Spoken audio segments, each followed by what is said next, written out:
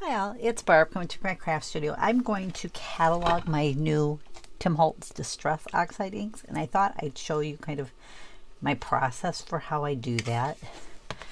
This here is my Tim Holtz. I catalog by brand and then by color. This is my Tim Holtz sheet for blues. I need to redo it and put the color names down the sides. Not sure whether to go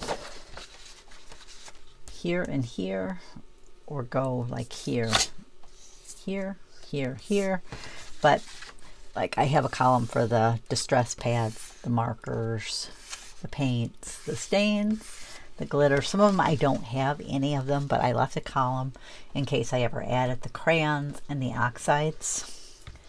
And then I have the color name right now down the side, but I think I want to put it in one of the rows. So I need to redo that. And I have my ink pads numbered. I use the same numbering system for all of my oxides. So like blue all start with 4, and then I have dash, and I've got numbers 1 through 12. I don't happen to use them all for the blues, but what I do for the labels for the ink pads is I label the sides, and I do that by, these are just return address labels, but I just ink them with the color. I should have gotten my little, maybe I'll grab it real quick. It's actually a stamping pad, but I use it a lot of times for things like this too, because it doesn't matter if it gets messy. I just want to have kind of representation of the color. It doesn't have to be 100% covered, but I know this probably uses really a lot of ink, but someday I do want to get the refills for the inks too, but for now I just want kind of a little bit of a representation of the colors. So I do that, and I have one, I did 4 labels, so 1 for each side, and then I need to look up the chipped sapphire is number 4-5. I'm going to change the label in My Brother P-Touch. This is My Brother P-Touch. I have a clear label with white printing that I like to use for this. So the chipped sapphire I said was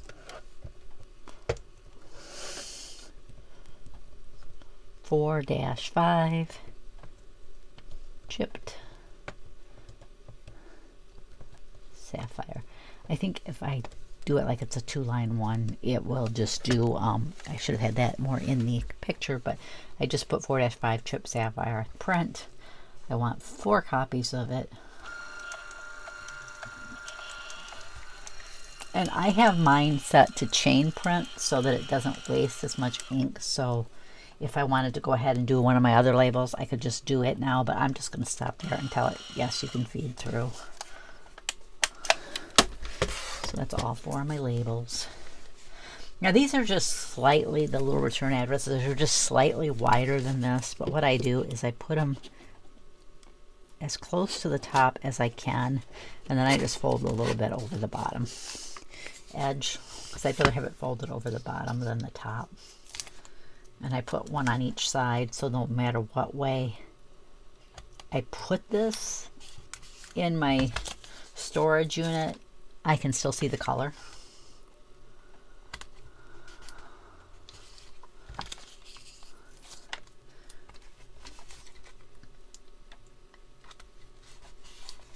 And then I need my little scissors, which were supposed to be right there and are not. What do I do with them? You know what? I'll just pull my big ones out. I don't know what I did with the little ones.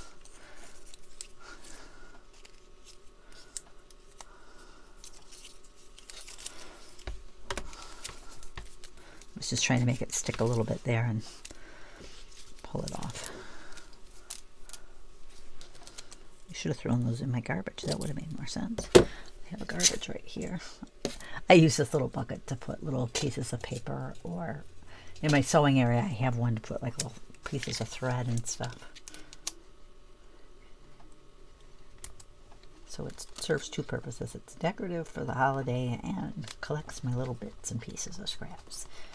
So then I have the color and the name on the side, and I can easily see what that is.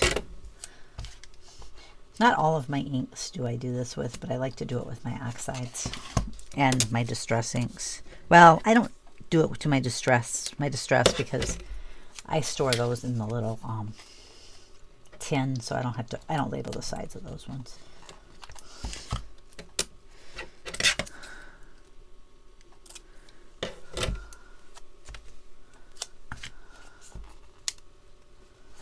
There, now all four sides are labeled with the color and the color name. And then I use, go ahead and just pull this thing out. I pulled out I use this little flower to do the color. Oops, not that. 4-5 is this one. This is my Distress Ink Oxide. And I just stamp that there. I think I did that before it would dry, but that's okay, it'll stick.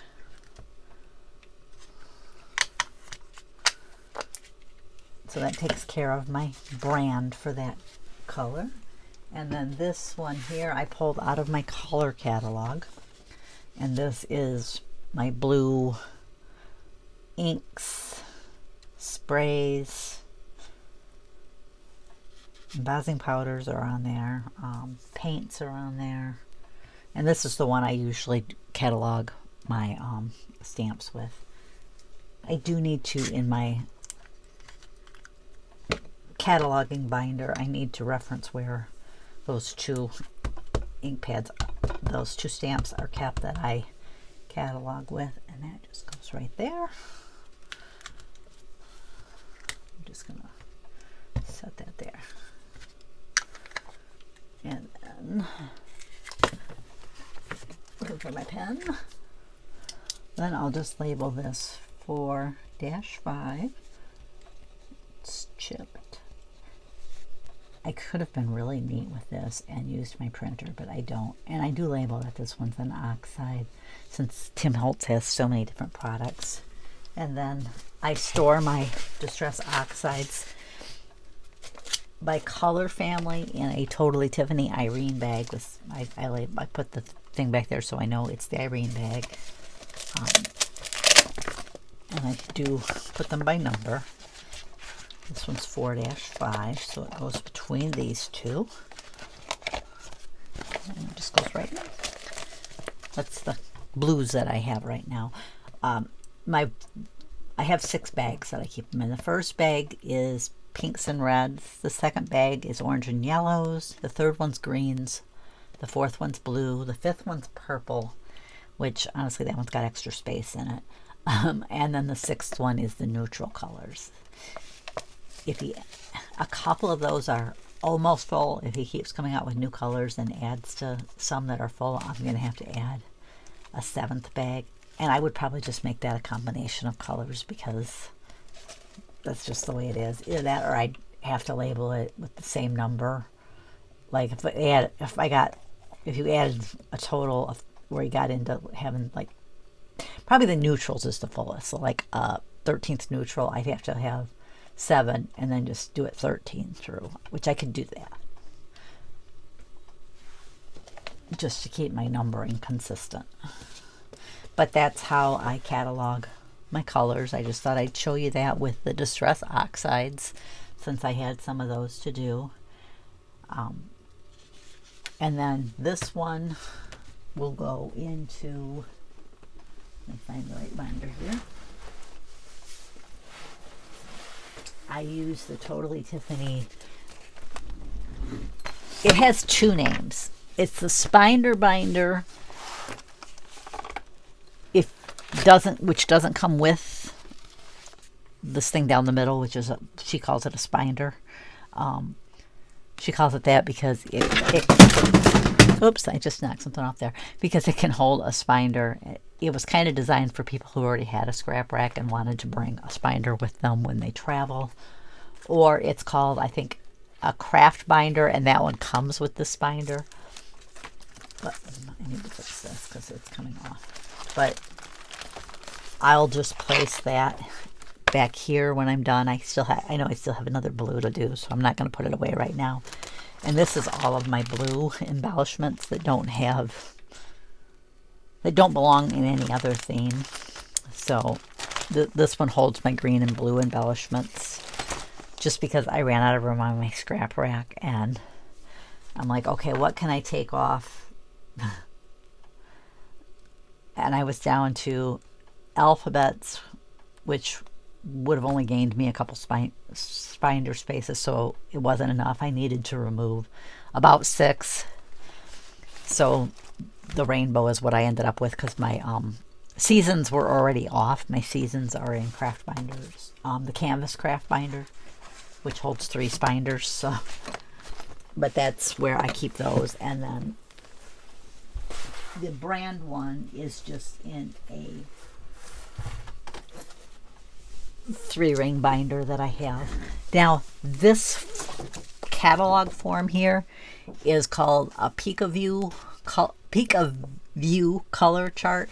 Tiffany designed it. It's actually designed to print 8.5 by 11, but I have a printer that can do 12 by 12, so I just enlarged it. I'm trying to think of what percentage it was. I want to say it was like 124, 121, something like that. I just played around until it kind of filled the screen. It lost a few rows, but I just wanted it mainly to cover this way as much as it could, and then I went with that because I wanted 12 by 12 in that binder because it can hold 12 by 12. So it made more sense to me. I like things as uniform as I can. So I did that way. And then my brand one is in a regular binder. I need to kind of rearrange this a little bit, but my Tim Holtz stuff, some of them I don't have any of his products, so there's nothing on there. But see, like here's my pinks and reds, my orange and yellows, my greens. I have the blue out right now, and I have the purple out right now.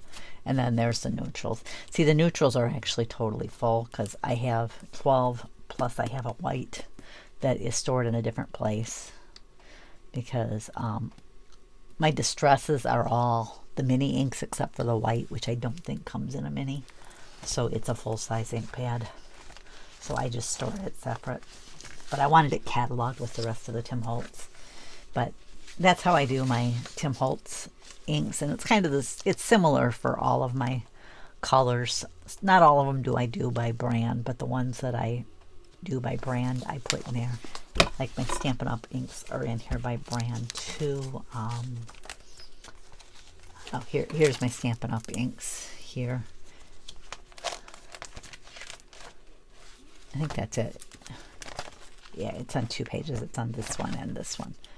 Now this was just kind of some layering ones that I wanted to show what colors I used to get that. So I have 3 slots for the 3 different colors I used, and kind of just to show how that one turned out for the layering purposes.